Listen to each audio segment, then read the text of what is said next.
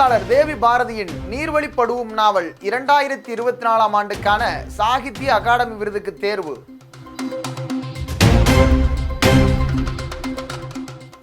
யுனெஸ்கோவின் அருவமான கலாச்சார பாரம்பரிய பட்டியலில் இஃப்தார் உணவு சேர்க்கப்பட்டுள்ளது.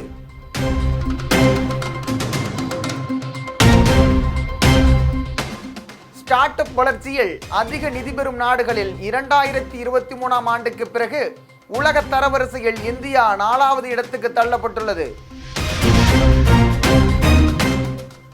லடாக்கை யூனியன் பிரதேசமாக மறுசீரமைத்ததை உறுதி செய்தது உச்சநீதிமன்றம்.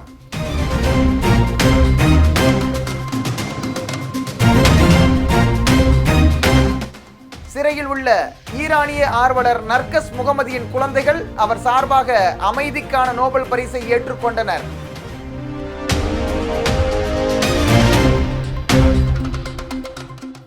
சாகித்ய அகாடமியின் பிரேம்சந்த் ஃபெல்லோஷிப் அங்கீகாரம் பெற்றார் பூட்டானிய எழுத்தாளர் ஷெரிங் தாசி.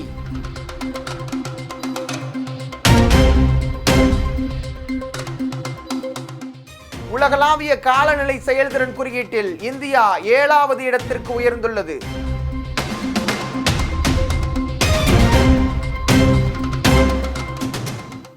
யுனிசெஃப் உருவான தினம் டிசம்பர் 11 அன்று கொண்டாடப்படுகிறது.